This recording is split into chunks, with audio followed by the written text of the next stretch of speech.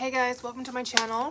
Today we're going to be talking about New Year's resolution, kind of where we're at with paying off our debt, where we're at with the homestead, etc.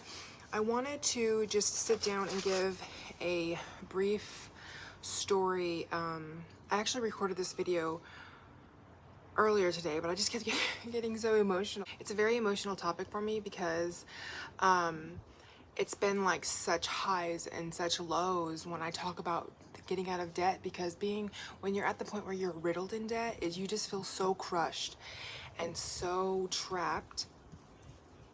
But then as you start getting out of debt, especially when you really start seeing that momentum, it feels euphoric.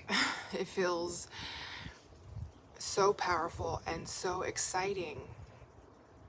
And I really hope that my story is helpful, and that I also hope that the little tips and things that I share with you today are helpful. I'm going to start out with a little bit of a backstory, and I really hope that I don't get emotional again, because I was just in the middle of editing this video and I was like, oh my goodness, I am so emotional.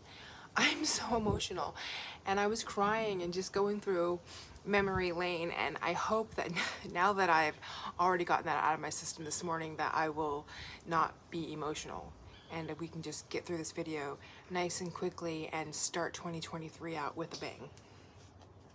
So just a little backstory on my husband and I. We met on MySpace, and that was 2006. We got married in 2009. He went on a mission for our church. We were both LDS at the time, Mormon, however you want to say it, Latter-day Saint. I met him on MySpace through another friend's account. I thought he was really cute. I messaged him. I was like, hey, how's it going? He was kind of rude to me, actually. But that's another story for another time. If you want to hear that story, our story, then go ahead and let me know in the comments down below, and I'll have my husband maybe jump on as well and kind of give his side of the story. But yeah, so I wrote him for about a year and a half while he was on his mission, and then I was a nanny at the time in Las Vegas, and I went over to see him once he got back here in Western Australia, and the chemistry was there. We ended up getting engaged really quickly, and then got married about 6 months later in Las Vegas. I had saved about $17,000 in my bank account. We were actually doing pretty good. I lost my job. I wasn't able to give it the amount of time that the family needed or wanted, and so they went ahead and got themselves another nanny who could, give that time that they needed. I was with them for 6 years, and I kind of gave all my time to them, and that's really what this family was looking for. And when I got married, I didn't want to spend like super long nights there, and I didn't want to spend all my time there, so they allowed me to move on. And yeah, so I was no longer a nanny. I had lost my job I think about 8 months after I had gotten married, and my husband had this panic. So he hadn't gotten his green card yet, and he was like, oh no, like now I need to provide, and it never really sat well with him that he didn't feel like he was contributing, and he wanted to help contribute, especially financially. He had a strong desire to do that. So he was like, we've got to move back to Australia. I was like, no way, I want to be here. And he was just panicked about it. Really just, he didn't know the country. He wasn't born and raised in America. So I ended up following him and agreeing to moving to Australia. When we got here, I was feeling really out of my depth because I wasn't used to living in Australia, and being married on its own is a huge adjustment. A huge adjustment. And then add on top of that, we have culture barriers. That's a huge adjustment. And then add another layer onto that. Like, I've moved like on the other side of the world from my family. I am very close to my family. I was disgustingly homesick. I had a little dog named London. I had to get rid of London. She was like my child. I mourned the loss of my dog. There was just a lot of changes going on very, very quickly. So I came over here, and one of the things of the LDS religion, at least when I was part of this religion, there's a lot of pressure on the women to just have children, and to have a lot of them. I believe it's kind of changed a bit since I've left the church, but back then that's really what it was, like, have a baby, have a baby. So I ended up trying to have a baby, miscarrying quite a lot. There's a lot of stress. When we got to Australia, I'm getting off topic, so I'm gonna try to keep this story as condensed as I can, and I've already been talking for about 6 minutes. When we got to Australia, like I said, I had that $17,000. We used about, I think, three and a half of that $1,000 to fly over here, and then we bought ourselves a car, and we bought ourselves a refrigerator, a freezer, a dryer, a washer. There was another thing that we bought, but I can't remember what it was at the time. It pretty much depleted my savings, so my savings were gone. Oh, and the visas and stuff, and paying for visas and stuff. So my money that I had saved was pretty much depleted. Hindsight, we should have stayed with my family, and because they wouldn't have charged us any sort of rent, and it would have just been like something that they would have gladly let us do, and then I could have got another job while he worked on getting his green card. Hindsight is such a wonderful thing, hey? That's a blood blister, by the way, if you keep looking at it and wondering what's on the end of my fingertip. It's a blood blister. I pinched it in the vacuum. Anyway, so we didn't do that. We're over here in Australia now. All these things are going on. I'm really stressed out. I'm also stressed out because all that money I had saved is gone. We're living with his parents, which was not ideal because my husband had his two brothers living there. And I think his sister was in and out of the house. Like, she was in her like late teens, early 20s, somewhere around there. And so she was in and out of the house. And I think it was just an overload for Dallin's parents, particularly his mother, and so we just felt like we were stepping on everyone's toes, like really hardcore. And so we sorry about that noise, that was a golf cart. So my husband and I really felt like we were stepping on toes and just making it really difficult for his parents. So we were like, we'll just leave. And so my husband had a job at the time. I think he was working at a bar being a bouncer, which didn't pay great. And then he got a job, I think, doing security on a train. It might have been the other way around, but regardless, he didn't have a good paying job. And so the moment we started getting a paycheck, which was, remember, not much, we jumped out in the first rental that would accept us, which was about it was $420 a week, which comes to 1,680, I think. It was just under $1,700 that we were paying. And so we couldn't even get into this rental without help from the church. The church that we were part of at that time paid for the down payment and or the bond, or whatever you want to call it. And so we ended up getting into this house, and we were making not much. We had about $400 left after we paid for our rent and our power and all those things. So for gasoline, for the car, for food, for household items and everything, I had about $400, which was just so hard. And we ended up eating like ramen noodle a lot of the nights, or like eggs on toast, which I actually still do eggs on toast quite a lot, and ramen. But we just really didn't have anything. We didn't have vegetables unless they were frozen vegetables. It was really difficult. So what we did was got a credit card. Bad mistake. We got a credit card to kind of just ease that pain and to kind of help us to not feel so like stressed out from paycheck to paycheck. Our plan was to use the credit card, pay it down every single month, and that didn't happen. We paid down most of it every single month, but it ended up being like there were so many months that every month we just had a teeny little bit left on the credit card, and then that started to add up over the month. So after that added up, we ended up getting another credit card because all those little payments had added up, so that now that credit card was full and it was maxed out. And so we got another credit card, which just ended up robbing Peter to pay Paul. And it was like a juggling act to like put some on that credit card, from this credit card, put some. It was just back and forth, back and forth, back and forth. We weren't really moving anywhere. We weren't really paying off the debt. It was just kind of keeping us stuck in the debt. So guess what we did? Yep, more debt. It got to the point where I was just so unhappy. We were riddled in debt. My husband wasn't happy either. Like, I make it sound like I was the only one suffering. Absolutely not. My husband was really stressed out as well. Let's just fast forward to the point now we have our daughter and we have our son. And this puts us 6.5 years into our marriage. It puts us about 6.5 years in our marriage. And so let's just go from there. So at this point, like, I'm the heaviest I've ever been. I am the unhappiest I've ever been. We're now not only living in a rental that's $420 a week, we're living in a rental that's $600 a week. Our debt is astronomical. We are riddled in debt at this point. And I remember just being the unhappiest that I had ever been in my life.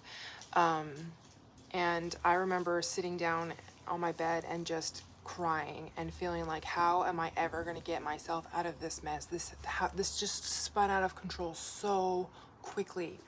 I was just crying on the bed, and my husband came in and he was like, what's going on? And I just told him, I'm like, I can't do this. Like, we can't get into any more debt. We can't get into any more debt.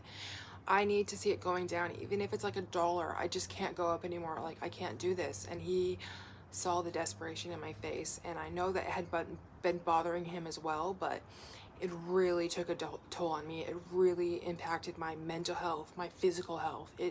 I became obsessed with it. I couldn't stop thinking about it. So he was like, yeah, okay. So what we did was we started paying $5, which one day we could pay $10, and then we could pay $20, and then it kept going up and up and up.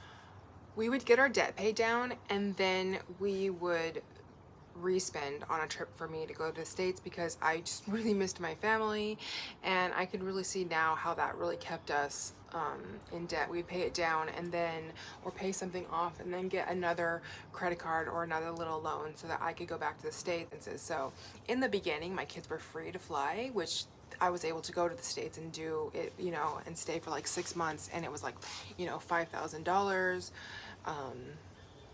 But then as they got older, I had to buy them a ticket and do more things for them. Every single time I went to the States, it just reset us back. So then this very last time that I visited my family, I came back at end of 2019, and then the whole, like, you know, Rona thing happened. I haven't seen my family now since the end of 2019. But we were renting when the whole Rona thing happened, and we lost our rental, and then we tried finding another rental, but those rentals were, no joke, being snapped up within an hour of being on the market, even with us trying to offer more above and beyond the price. Like, we couldn't get into a rental. I was in a state of panic. We had debt. There's no way we're going to be able to get into a house. There's no way we were going to be able to get a rental. What were we going to do? So we didn't know what we were gonna do, and my husband's parents were actually looking at this place to buy it, and it was a really cheap little rental, and instead of them buying it, they offered to help us get into it, which they did. They lent us some money to get into this home, a large sum of money to get into this home. We took that, we jumped on that, and we got into this house. And it was a bit stressful for me at the time, because we had to pay them back. It was just a loan. It wasn't money that they gifted us. It was money that they loaned to us. And then, so I was like, oh my gosh, like, this has really just like upped the amount of debt that we have, because we were still riddled in a lot of that debt. I think it just was so much. Like, my husband's, he's not comfortable with me sharing like figure amounts of how much we were in debt. I think it's kind of stresses him out before we're completely out of debt, but just know it was a lot. And now on top of that, we have a mortgage, which was good, because the mortgage was less than our rent, but now we have to pay his parents. That was really just overwhelming for me, because by the time we had gotten into this house, we had freed up. Remember how I said we would pay, and it would free up a little bit more, and we put it on another debt? When we moved into this house, we had freed up about $1,200 a month that we could put onto debt, but now we had his parents, and we had to pay them $1,500. So in the very beginning of us moving into this house, I had to take $300 out of our food budget, and I had to give that to his parents on top of the $1,200 that we had freed up. So that put me in a huge panic. But hindsight, I can see what a blessing it was that his parents lent us that money. I mean, obviously it got us into this beautiful home that we have, but the other thing is that when I was in that place of panic, like, oh my gosh, like we have to pay this. Like now I felt like I was just keeping my head above the water again. I felt like we'd been working so hard, finally freed up this extra money that we were going to put onto debt. We had to stop paying off the debt, and then we added the more debt that his parents were lent to us. And I thought, oh my gosh, like, how am I going to do this? That thing, that moment of like, how is this? What's going to happen? Oh my gosh, that moment, it lit a fire under me. And I thought, okay, that's fine. We're gonna do this. And so I started budgeting my meals. I started writing down every month. I would write a meal plan, and I would write every ingredient on that meal plan. And then I went to all the different stores and I price checked every single ingredient in those meals. And then I got the ingredient at the place that it was the least amount of money. This freed up about $300 a month. So we were just kind of like even with paying the $1,200 to his parents, and me like being like tight, really tight on the budget. It evened all out. So I thought, I can do this. It was a lot of work to do that meal planning that way, but I did it. And then months rolled on, and we were freeing up little bits here, because we were back to with paying his parents and me getting tight on the budget. After a few months, I wanted to get a little tighter, so I did. I got tighter on the budget, and then I freed up about $50 to $100 every month, and we're putting that on debt again. So now we're paying off that other debt, plus paying off his parents, and we're slowly paying off our other debts again. I was like, it's okay, we'll get there. Kept doing that, and then I came across freezer meals. That changed my life, right? I absolutely adore freezer meals. I'm all about them because for me, it was dinner time. After being an exhausted mother who homeschools her children and is doing all the different house cleaning and everything going on, I was not about dinner. Dinner and we didn't get along. So I had seen this freezer meal thing and I thought, all right, that's what I'm gonna do. I made a week's worth of freezer meals, and that week, oh man, that was everything. I thought, there has not been one time I've even been tempted to go buy fast food or run to the shops to get a really quick meal that you end up spending 60 to 80 bucks on a one spend. So I was like, all right, I gotta figure out how to get more freezer meals in a week, because I just had my tiny little freezer that pulled out from my refrigerator. So I kept my eye open on the market sell page. I found a freezer for $300. I jumped on it because freezers were like $800 to $1,200. I jumped on that $300 freezer. I have never looked back. I am all about the freezer meals. You will see lots of freezer meals in the future. We are about the freezer meals. They help you so much to get out of debt, to tighten up that food budget. Now we've got the freezer, now we're doing the freezer meals, and I freed up another like $200 to $300 every single month, and that started going on to the debt again, and then it's just all just tightening up here, tightening up there, and like just tightening the budget here, tightening the budget there. And now we're at the point now where this coming May, maybe June, we'll have his parents paid off, we'll have them finished, which has been like a few years of paying them this large chunk of money. And we will also have paid off every single one of our debts, minus our mortgage and one credit card. What? Like, I'm so glad I've recorded this video for the second time, because the first time I was like, oh, like tissues and blowing my nose, and now I'm just so excited. Like, I can not only see a light at the end of the tunnel, I can see light like spilling into the room, spilling all over me, and it's just like, come to me. And I am so excited about what the future holds. So my husband and I are planning on we will have his parents paid off in May, maybe June. I'm not sure. I think it's May, but it might be June. We are hoping to have this last credit card paid off by then as well.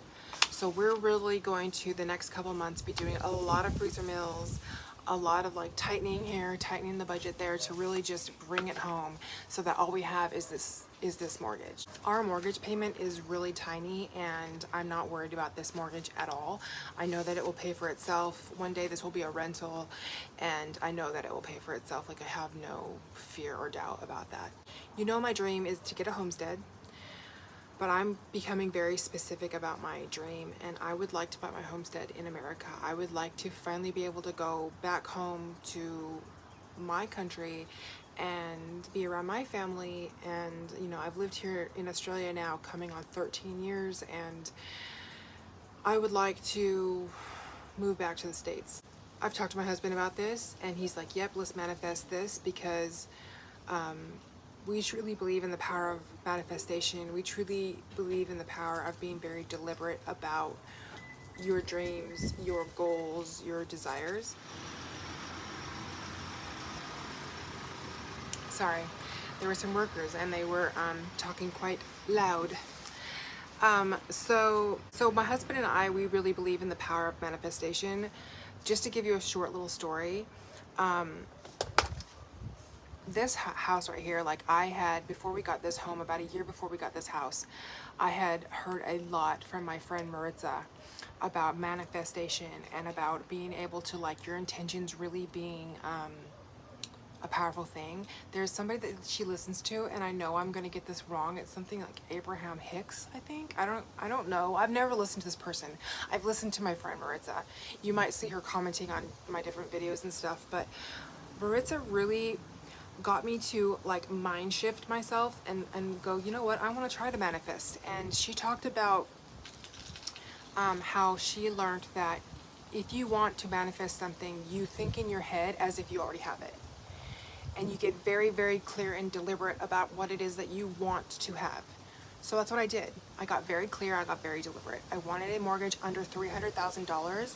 I wanted 3 bedrooms in this house, and I wanted to have 2 full functioning bathrooms, and I also wanted to have an extra toilet downstairs or in another part of the house that guests could use. Every single one of those things that I manifested and pretended in my head that I have in this home. Sometimes I'll go, there's no way I manifested that. But then other times I'm just like, and the majority of the times I'm like, no, I was very clear and intentional on what I wanted to receive from this manifestation. I was very clear in terms of what I wanted in my home. I wish I would have been even more clear about what I wanted to manifest, because I truly believe I would have gotten it.